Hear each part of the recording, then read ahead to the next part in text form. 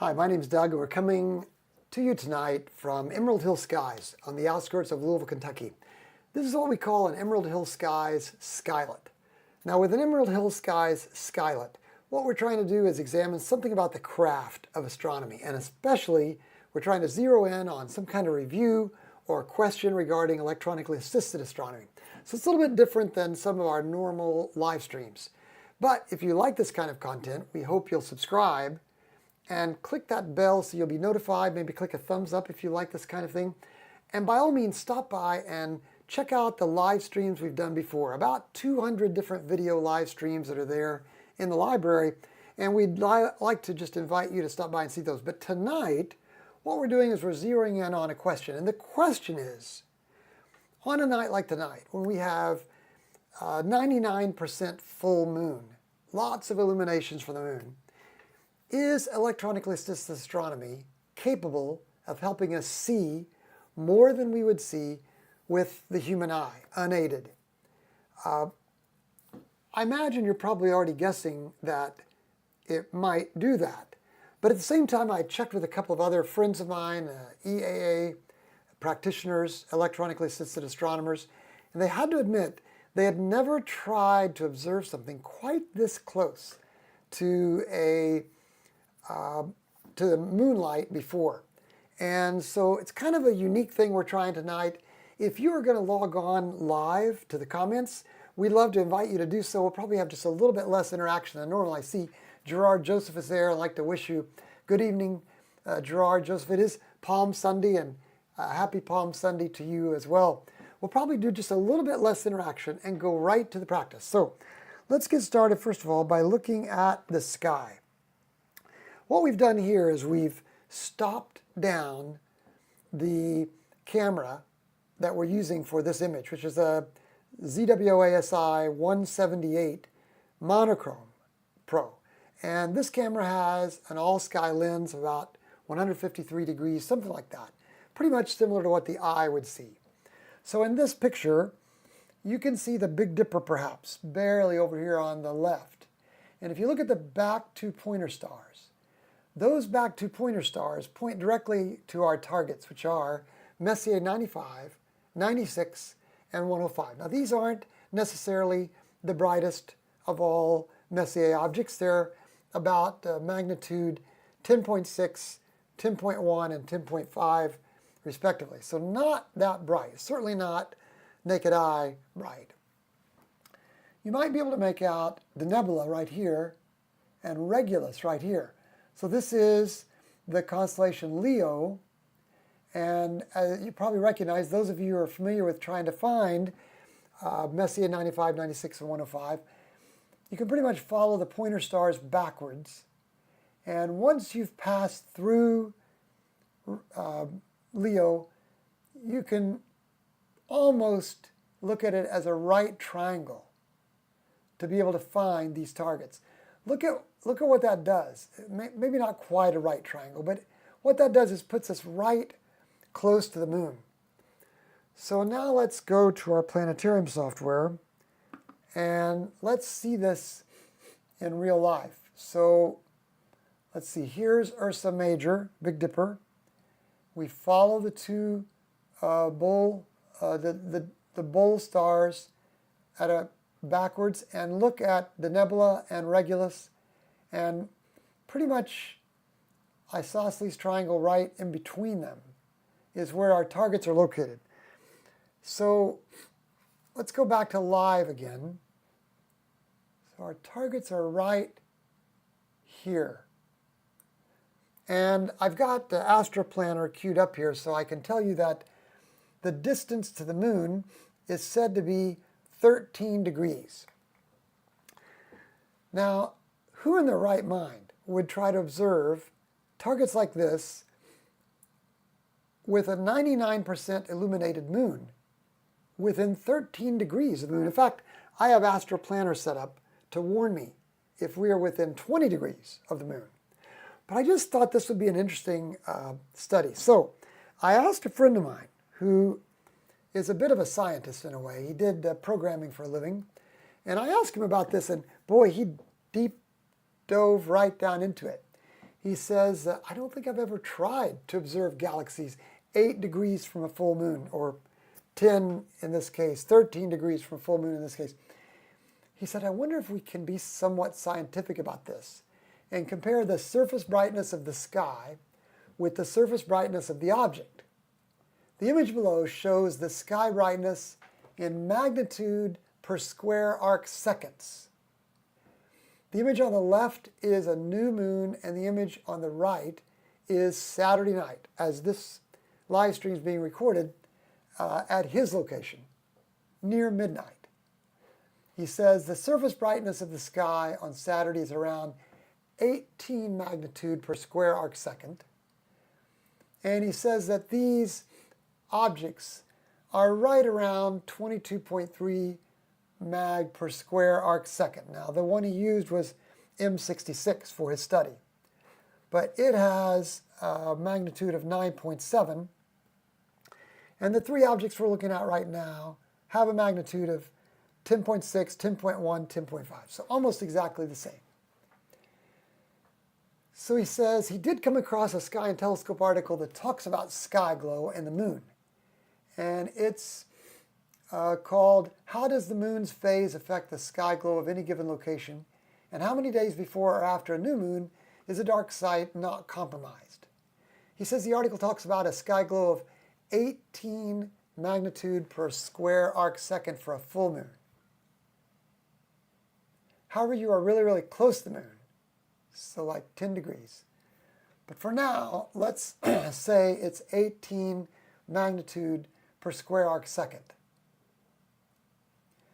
So then he found a spreadsheet on the RASA website. What does that stand for? Royal Astronomical Society of Canada, maybe? Surface brightness versus magnitude. It's the RASA Vancouver, and that's at rask-vancouver.com. And it tries to calculate the visibility of an object visually based on surface brightness. He said he had to alter the spreadsheet since it didn't support such a bright sky, even though the spreadsheet says the sky brightness is 19 magnitude per square arc second.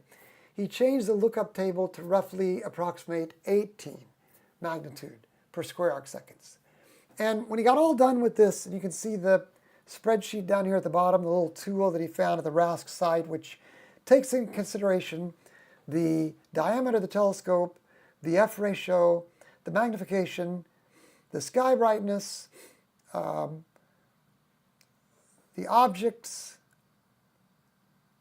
and then he tries to simulate what the camera would see using a ZWO-ASI 2600 MC Pro, which is what we're using. And when he gets all done, he basically finds here that the answer was a big, bold maybe. And he kind of laughed. He says it's this momentous result, maybe. He says, we know the sky glow will be less than 18, getting brighter, but we also know that you're using an awesome camera, scope, and stacking software. So he says he thinks we should boldly give it a try. And he said it would be a fun experiment. So then he says, well, after all is said and done, he gets this maybe. He wonders if maybe he should remove the word scientific, because this now becomes more of a guess. And this is his model over here of the sky glow that's going on. So as you can see, obviously, the sky has drastically changed. And we can see that with one glance at this screen. There's just so much sky glow within 20 degrees of this moon that's hardly worth even trying it. But for the sake of trial, let's go now to our live view, and that's in SharpCap Pro. And here we are. This is a live view of the sky. Now, I'll tell you what I've had to do. I've had to bring up the black level threshold so much to be able to kind of cancel out all that glow. So imagine if you're accustomed to SharpCap, we've brought up the black level so that we basically said to SharpCap, I don't care what you think. We want you to establish a new baseline of approximately 18 magnitude per square arc second. That's going to be our definition of black. So the software is like saluting us and just kind of robotically saying, okay, if that's what you want, it doesn't make sense, but I'll try it. So SharpCap is looking at a definition of black that approximates a really bright sky. Now this mid-level, let's zoom in, and of course this would be M95 right here, M96 right here, and M105 here. M95, M96, and M105. So let's zoom in first on M96. Now first of all, I think it's amazing just that we can even see anything. We're zoomed in at about 170% here. I don't know whether you are able to see it where you are, but we're basically looking at the same screen. We can even tell of this galaxy, M96, that it is slightly barred. Now this is 31 million light years away, and of course it was discovered by Pier-Tech around 1781. It's categorized as a double-barred spiral. Now I think we're only able to see one bar.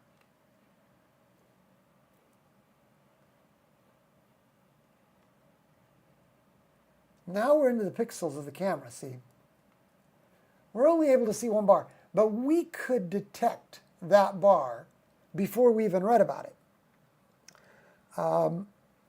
It has a small inner bulge through the core, along with an outer bulge, about the same mass and size as the Milky Way. It's a very asymmetric galaxy. Its dust and gas are unevenly spread throughout its weak spiral arms. Now, I don't know if you can see the spiral arms. Let's bring up our mids a little more, see if we can make those spiral arms pop a little more.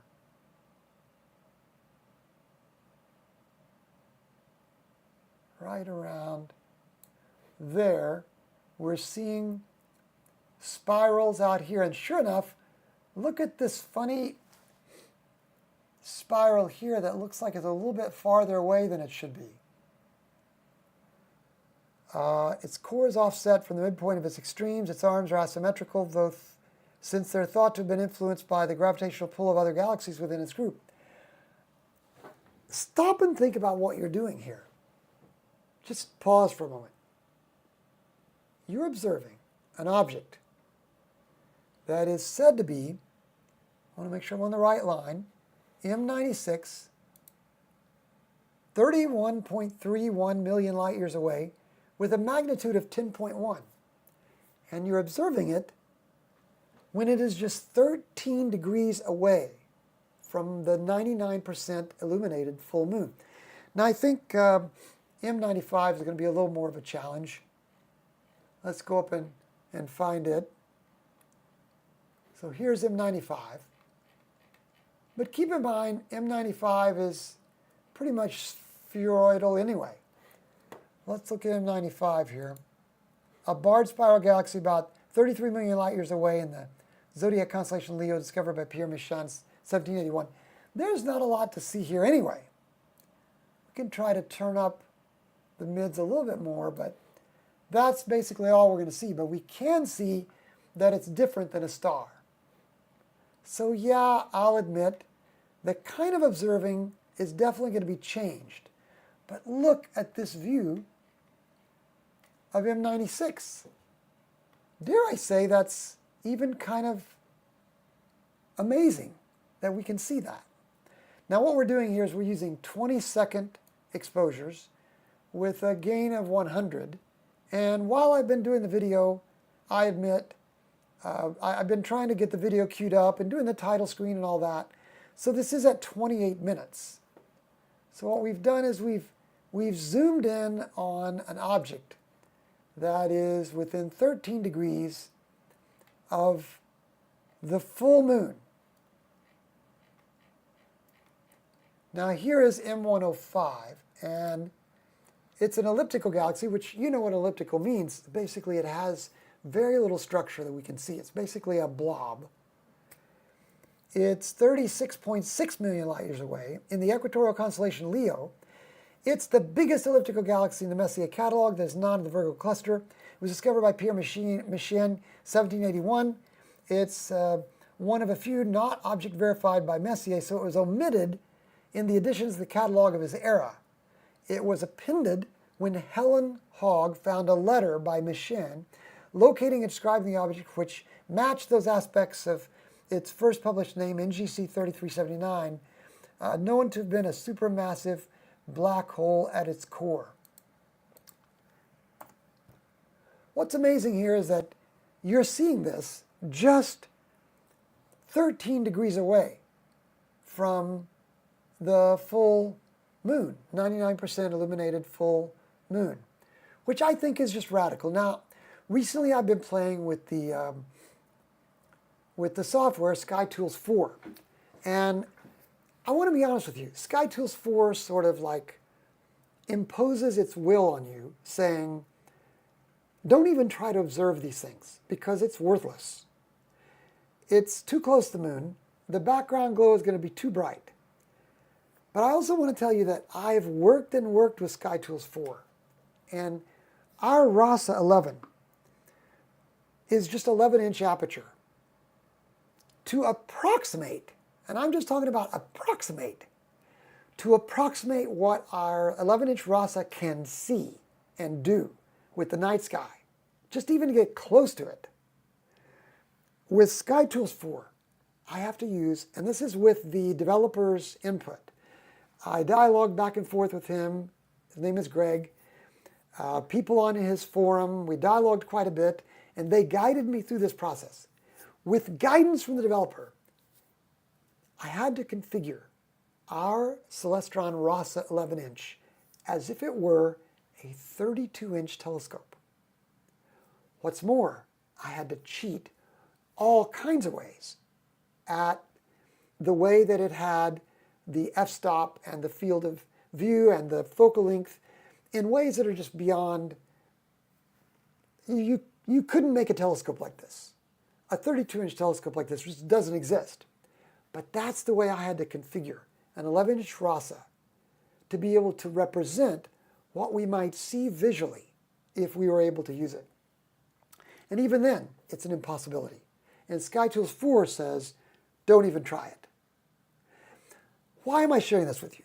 Well, in the first place, I'm saying, if electronically assisted astronomy can do this just 13 degrees away from a 99% full moon, if you were to look visually through your eyepiece, all you would see is glare.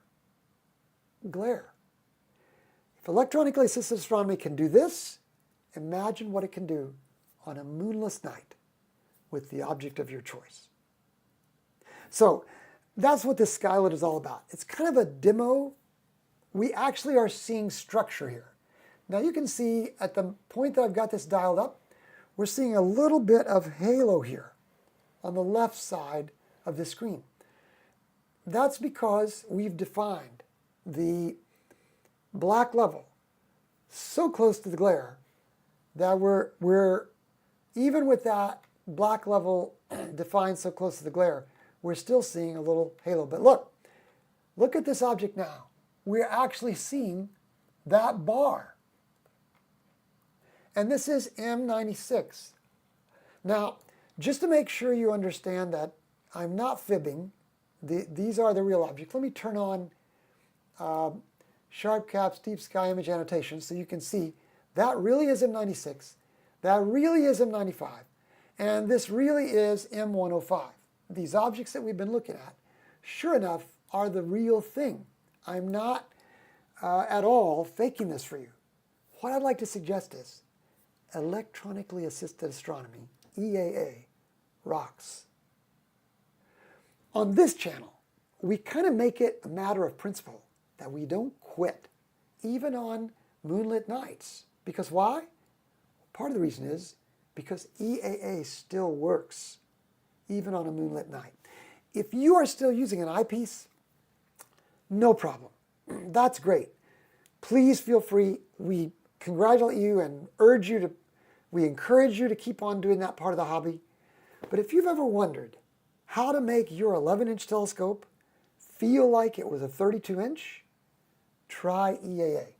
We think you'll like it. Well, that's all we're going to do tonight in this Skylit. Thanks for joining us. And if you're watching this in a recorded version, again, if you like content like this, please subscribe and click that bell so you'll be notified when we do broadcasts like this, live streams. And if you want to, only if you want to, click the thumbs up. It doesn't cost you anything, but it does help the channel to grow and can get in the hands of more people just like you. Thanks a lot for watching. I'm sorry we didn't do as much audience interaction on this Emerald Hill Skies Skylit, but we'll be back next time with a normal live stream and building this Emerald Hill Skies community